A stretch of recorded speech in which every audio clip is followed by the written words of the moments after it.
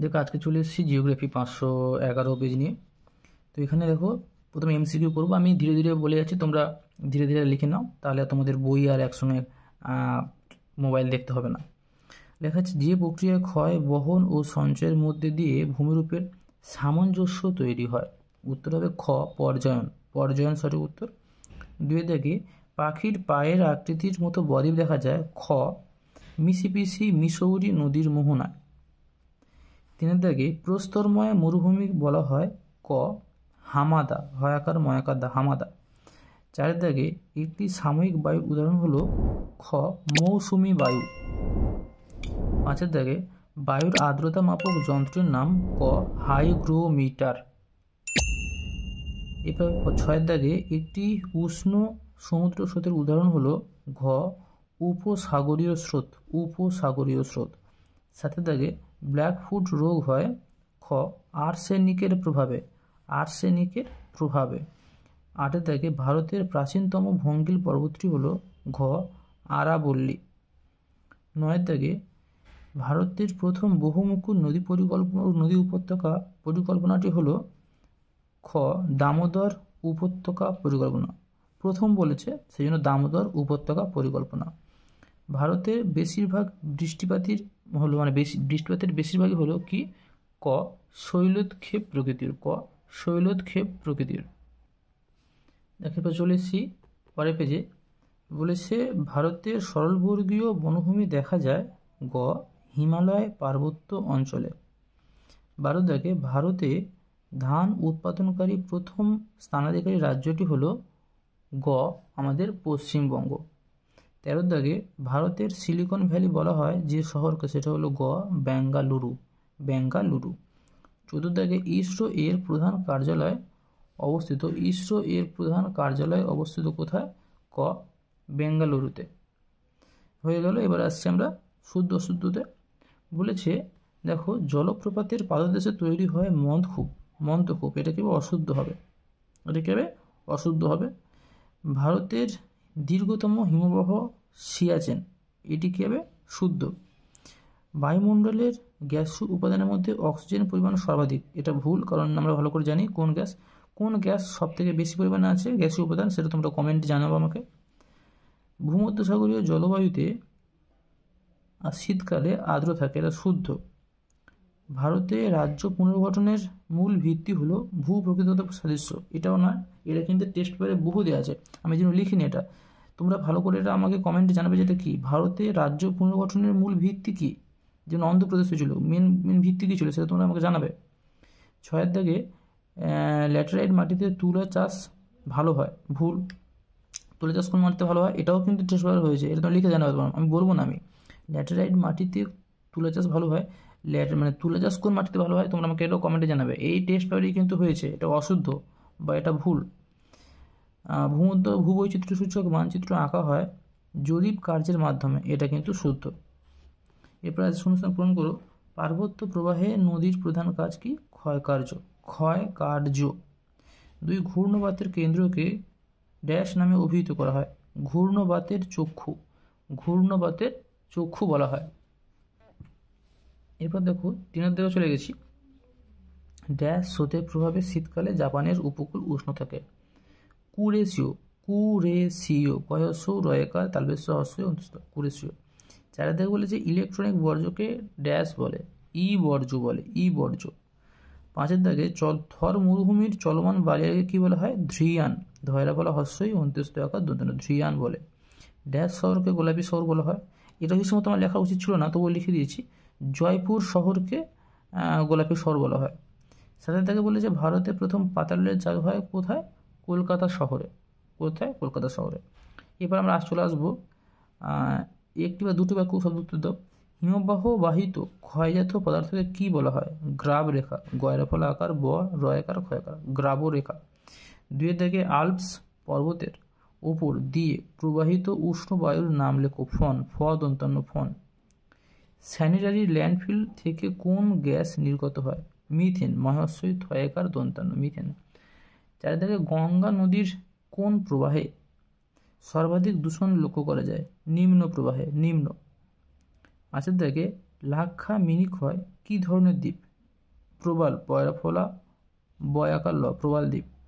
6 দাগে মৃত্তিকা ক্ষয়ের যে কোনো দুইটি প্রাকৃতিক কারণ উল্লেখ করো। এটা বড় প্রশ্ন, আমি এটা তোমরা ভালো করে দেখে আসছো। আমি কিন্তু শেষে উত্তর দিয়ে দিই, যেহেতু এটা বড় প্রশ্ন আমি শেষে সুন্দর করে এই দুটোর উত্তর লিখে দেবো এই ভিডিও শেষে। 7 দাগে বলেছে পশ্চিমবঙ্গের হলদিয়া মূলত কোন শিল্পের জন্য বিখ্যাত? হলদিয়া পেট্রো রসায়ন শিল্পের জন্য। পেট্রো রসায়ন, এটা বানান বলেছে পেট্রো হবে, পেট্রো। তো ভারতের কোন রাজ্যে সাক্ষরতার হার সর্বাধিক, সব থেকে বেশি? কেরালা, আমরা জানি। এরপর আছে দেখো বাম দিক ডান দিক মিলিয়ে দেখো, বলেছে গঙ্গোত্রী, কুমায়ুন হিমালয়, আঁধি, রাজস্থান, পাইন, সরলবর্গীয় উদ্ভিদ, ভারতের রকেট উৎক্ষেপণ সংস্থা, এটা হচ্ছে ইসরো। আমরা পরের পেজে চলে যাব। দেখো আমরা চলে এসেছি 537 পেজে। তো আমরা ধীরে ধীরে, আমি আবারও বলছি, আমি ধীরে ধীরে বলে যাচ্ছি, তোমরা ধীরে ধীরে তোমাদের টেস্ট পেপারে দেখে চোখ রেখে দাগ দিয়ে যাও। 2 বা তার বেশি নদী অববাহিকাকে পৃথক করে যে উচ্চভূমি। খ জলবিভাজিকা। 2 থেকে বলেছে পার্বত্য হিমবাহের পৃষ্ঠদেশে সৃষ্ট গভীর ফাটলগুলিকে কি বলা হয়? ঘ ক্রেভাস। 3 থেকে ক্রান্তীয় ঘূর্ণিঝড় ফিলিপাইন্সে কি নামে পরিচিত? এটা হচ্ছে ব্যাগুই আছে, এটা হবে ব্যাগুই হবে। 4 থেকে বলেছে পর্বতের ঢাল বেয়ে নেমে আসা শীতল বায়ুকে বলা হয় ক্যাটাবেটিক বায়ু। এটা যেটা নেমে আসে সেটা কি হচ্ছে? ক্যাটাবেটিক। আর যেটা যদি উপরে ওঠে সেটা কি হবে? অ্যানাবেটিক। আমরা চলে যাবো 5-এ। সমুদ্রে যেখানে উষ্ণ ও শীতল স্রোত মিলিত হয় তাকে কি বলা হয়? ঘ হিমপ্রাচীর। 6 দাগে পৃথিবী থেকে চাঁদের মধ্যে সর্বনিম্ন দূরত্ব হলে তাকে কি বলা হয়? খ পেরিজি। 7 দাগে যে বর্জ্যের কারণে জলাভূমিতে ইউট্রোফিকেশন ঘটে তা হলো ক কৃষি বর্জ্য। 8 দাগে ভারতের বৃহত্তম কেন্দ্রশাসিত রাজ্যটি হলো পুডুচেরি ক। 9 দাগে নীলগিরি পর্বতের নিকটবর্তী পশ্চিমঘাট পর্বতমালার গিরিপথটি হলো ঘ পলঘাট। কি? পলঘাট। 10 দাগে গোদাবরী নদীর একটি প্রধান উপনদীর নাম হলো গ প্রাণহিতা। 11 দাগে হেক্টর প্রতি জোয়ার উৎপাদনে যে রাজ্য প্রথম সেটা হলো ঘ মধ্যপ্রদেশ। 12 দাগে পূর্ব ভারতের একটি রেল ইঞ্জিন নির্মাণ কেন্দ্র হলো গ চিত্তরঞ্জন। 13 দাগে ভারতের টেক সিটি নামে পরিচিত যে শহর সেটা হচ্ছে ক পুনে। 14 দাগে নিচের যেটি সূর্য সমলয় উপগ্রহের উদাহরণ নয় সেটা হলো ড্যাশ। এটা উদাহরণ নয় বলেছে, যেটা হলো ইনস্যাট এবং মিটিওরস্যাট। এটা কিন্তু দুটোই উত্তর হবে, খেয়াল রেখে। এটা সম্ভবত একটু চেঞ্জ করে দেওয়া উচিত, এটা ইনস্যাট হবে আর মিটিওরস্যাট হবে, দুটোই উত্তর হবে কিন্তু, ঠিক আছে। এরপর চলে এসেছি আমরা 6টি প্রশ্নের উত্তর দাও। শুদ্ধ অশুদ্ধ। শুদ্ধকে ঠিক দিয়েছি, অশুদ্ধকে ভুল দিয়েছি। হিমরেখার অবস্থান অক্ষাংশের সঙ্গে পরিবর্তিত হয় সাথে, সঠিক। আর্দ্রতা পরিমাপক যন্ত্রটির নাম হাইগ্রোমিটার, এটাও সঠিক। জিওজ্ঞান ভূমিরূপে কঠিন ও কোমল শিলা পর্যায়ক্রমে উল্লম্বভাবে অবস্থান করে, এটা ভুল। কেন? অনুভূমিকভাবে, এটা কি হবে? অনুভূমিকভাবে অবস্থান করে। এবার আছে হ্যাডলি সেলের উপস্থিতি মেরু অঞ্চলে দেখা যায়, এটা ভুল। এটা উপক্রান্তীয় অঞ্চলে দেখা যায় হবে। আর তাছাড়া সাধারণত নিরক্ষীয় অঞ্চলে এই হ্যাডলি সেল, নিরক্ষীয় অঞ্চলের আশপাশে সাধারণত এগুলো বেশি দেখা যায়, ঠিক আছে। এবার আসছে 5 দাগে জলাশয়ের মাধ্যমে জলসেচ পদ্ধতি দাক্ষিণাত্য অঞ্চলে দেখা যায়, সঠিক। 6 দাগে বলেছে ভূ বৈচিত্র্য সূচক মানচিত্রে লাল রঙের দ্বারা সড়কপথ দেখানো হয়, এটাও সঠিক। আর কান্ডালা ভারতের করমুক্ত বন্দর, এটাও কিন্তু সঠিক। এরপর আমরা শূন্যস্থান পূরণে চলে আসবো। বলেছে পৃথিবীর বৃহত্তম উপত্যকা হিমবাহ হলো ল্যাম্বার্ট, আমরা জানি। 2 দাগে বলেছে শীতকালে শিল্পাঞ্চলে ধুলো ও কুয়াশার মিশ্রণে কি সৃষ্টি হয়? ধোঁয়াশা সৃষ্টি হয়। 3 দাগে চাঁদ যখন সূর্য ও পৃথিবীর মাঝে একই সরলরেখায় অবস্থান করে তাই কি বলা হয়? সংযোগ বলা হয়, সংযোগ। 4 দাগে রেডিয়াম 226 হলো এক ধরনের তেজস্ক্রিয় বর্জ্য, ঠিক আছে। 5 দাগে উত্তর দক্ষিণ করিডোরে উত্তরে শ্রীনগর থেকে দক্ষিণে কন্যাকুমারী পর্যন্ত বিস্তৃত, কন্যাকুমারী। 6 দাগে মালাবার উপকূলের উপহ্রদগুলিকে স্থানীয় ভাষায় ড্যাশ বলে? ক কয়াল বলা হয়। কী বলা হয়? কয়াল। এরপর সাথে দেখে বলেছে ভারতের মৃত্তিকা গবেষণা কেন্দ্রটি কোথায় অবস্থিত? দেরাদুনে অবস্থিত। দেরাদুনে।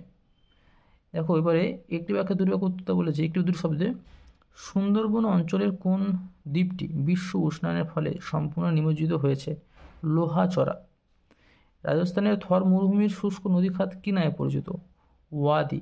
ওয়াদি নামে পরিচিত। এরপরে দেখো বলেছে ঋতু পরিবর্তনের সাথে সাথে কোন সমুদ্র স্রোত প্রবাহের দিকে পরিবর্তন করে? এটা কী হবে? ভারত মহাসাগরে।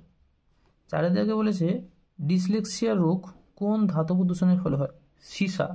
সীসা দূষণের ফলে। ভারতের একমাত্র বন্দর ভিত্তিক লৌহ ইস্পাত শিল্প কেন্দ্রটির নাম বিশাখাপত্তনম। বিশাখাপত্তনম। 6 থেকে ফ্রান্সের রোন নদীর পার্শ্ববর্তী অঞ্চলের উপর দিয়ে প্রবাহিত স্থানীয় বায়ুর নাম কি? মিস্ট্রাল। 7 থেকে কলকাতার জীবনরেখা বলা হয় কোন পরিবহন ব্যবস্থাকে? রেলপথকে বলা হয়। কাকে বলা হয়? রেলপথকে বলা হয়। 8 থেকে ভূ বৈচিত্র্য সূচক মানচিত্র কোন ভারতীয় সংস্থা প্রকাশ করে? SOI মানে সার্ভে অফ ইন্ডিয়া। এরপরে আমরা দেখে নেব বাম দিক ডান দিক। কারেওয়া কী হবে? জাফরান। ভারতের মোটর গাড়ি নির্মাণ কেন্দ্র বৃহত্তম, সেটা হচ্ছে কি? গুরগাঁও। রটোডেন্ড্রন আলপি বনভূমি। আর সালেম কি হচ্ছে? শঙ্কর ইস্পাত কেন্দ্র। দেখো একটা কোশ্চেন বাকি ছিল, মৃত্তিকা ক্ষয়ের দুটি প্রাকৃতিক কারণ লেখো। প্রথম বায়ুক্ষয়, দ্বিতীয় জলক্ষয়। আমি ডিটেলস লিখেছি। বায়ুক্ষয় শক্তিশালী বাতাসের কারণে মাটির উপরিভাগের আলগা মাটি উড়ে যায় বা স্থানান্তরিত হয়। শুষ্ক ও শুষ্কমণ্ডলীয় অঞ্চলে এটি বেশি ঘটে। আর জলক্ষয় বলেছে বৃষ্টি বা প্রবাহিত জলের কারণে মাটির উপরের স্তর ধুয়ে যায়, বিশেষ করে পাহাড়ি অঞ্চল বা ঢালু জমিতে এ ধরনের ক্ষয় বেশি হয়। আজকের ভিডিওটা এই পর্যন্ত। তোমরা সাবস্ক্রাইব করে রাখো পরের ভিডিও দেখার জন্য। তোমাদের সামনে প্লেলিস্ট উঠে আসছে, প্লেলিস্ট দেখে বাইরে বাকি ভিডিওগুলো তোমরা দেখে নাও, টেস্টটা দাগ দিয়ে নাও। তোমাদের মাধ্যমিক পরীক্ষা খুবই ভালো হোক এটাই প্রার্থনা করি।